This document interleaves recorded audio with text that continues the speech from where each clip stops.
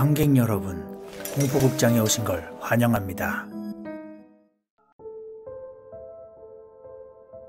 1994년 10월 30일 어느 한 채석장.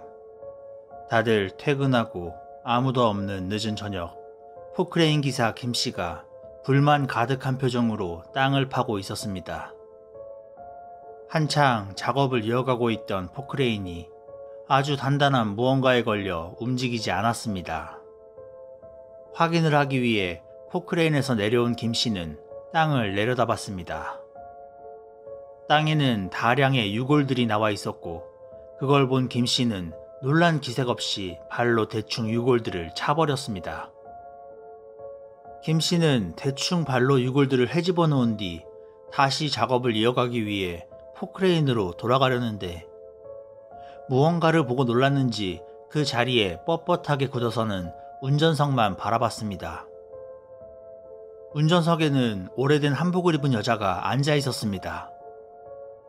창백한 얼굴의 여자는 살아있는 사람 같아 보이지 않았고, 김씨는 얼른 이 자리에서 벗어나야겠다 싶어서 움직이지 않는 발걸음을 겨우 뗐습니다. 그런데 그때 올라가 있던 포크레인의 삽이 갑자기 내려오며 김씨를 덮쳤습니다. 삽을 피하지 못했던 김씨는 그 자리에서 사망하고 말았습니다. 일반적인 공사 현장의 사망사고와는 다르게 김씨의 죽음은 아주 큰 화제가 되었습니다. 현장에서 일하는 인부들은 모일 때마다 김씨의 죽음에 대해서 이야기를 했는데, 기가 막히게도 김씨가 사망한 10월 30일의 날짜가 김씨가 운전했던 포크레인의 차 번호와 일치했기 때문입니다. 일부 인부들은 김씨가 그 오밤중에 채석장에 나와서 무엇을 했는지 궁금해했습니다. 그래서 그날 밤 함께 있었다는 송씨에게 도대체 무슨 일이 있었던 건지 자세히 말을 해달라고 했는데, 송씨는 갑자기 누가 자신이 거기 있었다고 말을 했냐며 화를 내기 시작했습니다. 그리고는 혼자서 씩씩거리며 그 자리를 벗어났습니다. 자리를 박차고 나온 송씨가 향한 곳은 채석장 사장의 사무실이었습니다. 사장은 송씨에게 돈이 든 봉투를 내밀었고, 봉투를 받아든 송씨는 이게 뭐냐고 물었습니다. 사장은 김씨가 그렇게 된 건 안 됐지만 하던 일은 계속 해야 하지 않겠냐고 말했습니다.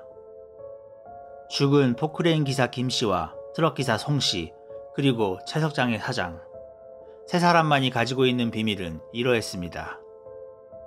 이 채석장은 6.25 당시 죽은 시신들이 많이 묻혀있는 곳이었습니다. 처음 유골이 발견된 당시에는 시청에서 유골의 신분을 찾기 위해서 애를 썼었지만, 워낙 유골의 양이 많은 데다 신분을 확인하기까지 너무 많은 시간이 걸렸기 때문에 일에 걸림돌이 되는 유골들을 마구잡이로 처리하기 시작했고, 그 일을 담당한 것이 바로 송씨와 김씨였던 것입니다. 김씨가 의문의 사고로 목숨을 잃었지만 돈 봉투를 받아버린 송씨는 혼자서라도 유골의 처리를 해야만 했습니다. 아무도 없는 어두운 저녁, 유골이 가득한 채석장에 혼자 있자니 두려워진 송씨는 술의 힘이라도 빌려야겠다 싶어 트럭 앞에 앉아 술을 벌컥벌컥 마시고 있었죠. 다 먹고 살기 위해서 하는 일이라며 애써 자신을 다독이고는 송씨는 삽을 들고 자리에서 일어났습니다. 그리고 열심히 유골들을 포대자루에 담기 시작했습니다. 유골을 한가득 담은 포대자루를 트럭에 싣기 위해서 어깨에 포대자루를 얹으려는데, 마치 누가 잡아당기기라도 하듯 포대자루가 들리지 않았습니다. 불길한 느낌에 천천히 뒤를 돌아본 송씨의 눈에 오래된 한복을 입은 여자가 나타났습니다. 여자는 포대자루를 붙들고 송씨를 원망 가득한 눈으로 노려보고 있었습니다. 경기를 일으키며 잠에서 깨어난 송씨. 송씨는 트럭 앞에 앉아 술 기운에 깜빡 잠이 든 상태였습니다. 꿈이었구나 하고 놀란 가슴을 어루만지며 진정하고 있었는데, 송씨의 시선이 트럭 번호판으로 향했습니다. 1104. 그리고 오늘이 며칠이더라 하며 떠올리던 그때, 정차해 있던 트럭의 바퀴가 돌기 시작하더니 송씨가 있는 곳으로 굴러 내려왔습니다.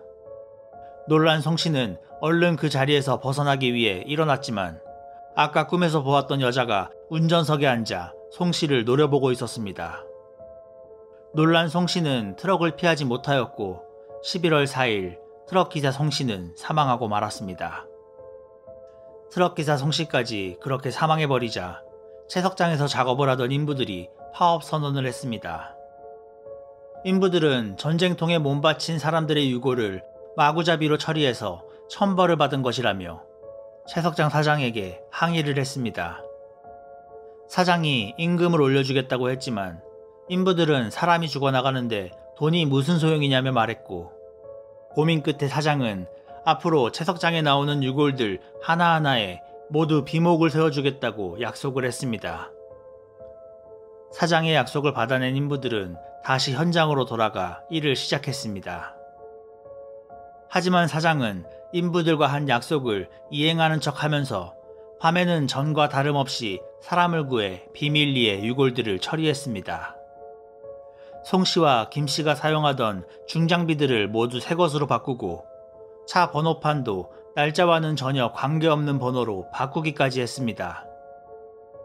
그리고 유골을 처리하는 산에 비목 몇 개를 세워두고 마치 제대로 유골들을 처리하는 척을 했습니다. 그렇게 별 탈 없이 조용히 보름이라는 시간이 흘렀습니다.